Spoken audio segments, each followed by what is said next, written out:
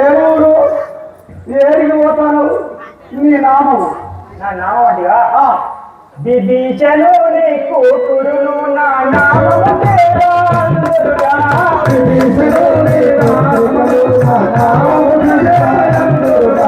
దక్షిణ లంకను ఏలేసిగా రావణ దాముందలేగా దక్షిణ లంకను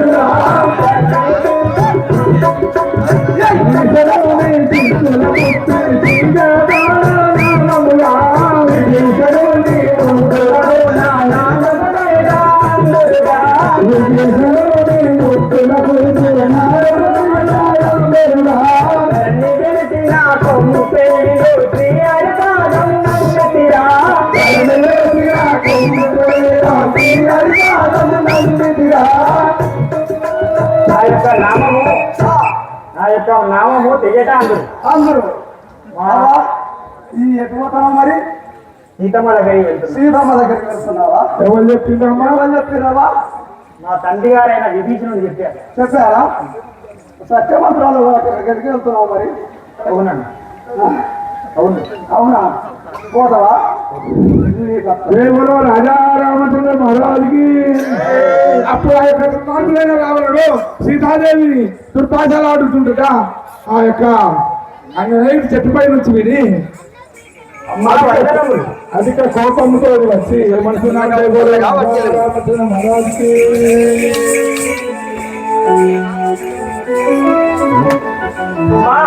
నాకు ఈ తెల్లవారుజామున ఒక కళ వచ్చినది. కళలో జరిగినది నీకు తెలుపుతుంది. ఏంటి తల్లి? ఎలాంటి కళ? శ్రీరాముడిటు వచ్చెను నా కలలో నా శ్రీరాముడిటు వచ్చెను నా కలలో నా రఘురాముడిటు వచ్చెను నా కలలో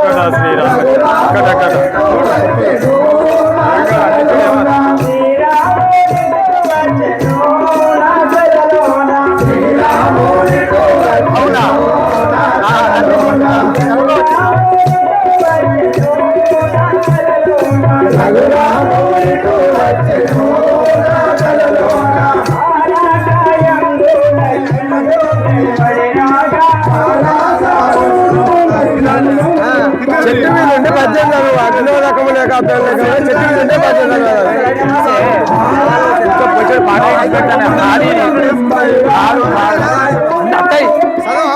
చదువుతా అత్తయ్య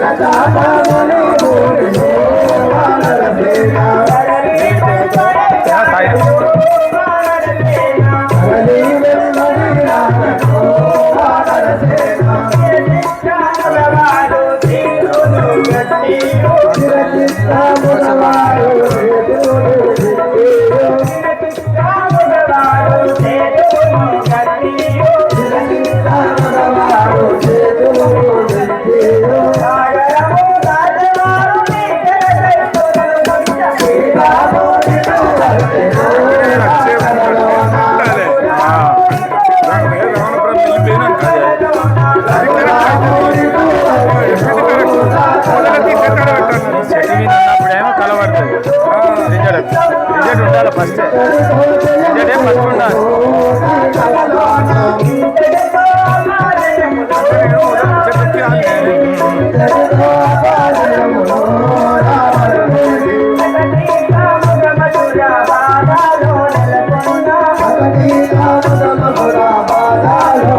రైలు పట్టుకరా అటు సరికాడు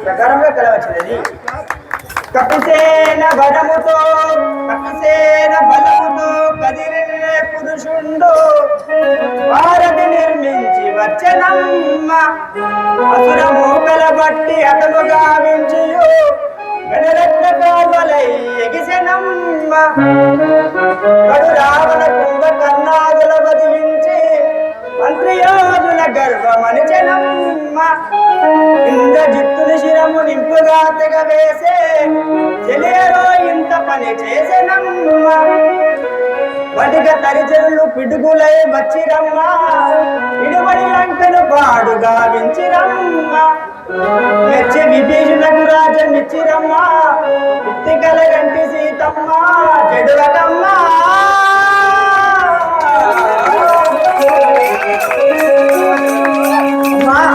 తల్లి భయపడకు ఇక్కడ నుంచి నీకు అన్ని మంచి రోజులు రానున్నాయి నా తండ్రి నీ కళలో వచ్చినాడా తల్లి అవునమ్మా నాకు రాడి ఆ తండ్రి రామచంద్ర రాజా రామచంద్ర మహారాజ్ పొందనై కూర్చుండవలసి వచ్చాను కదా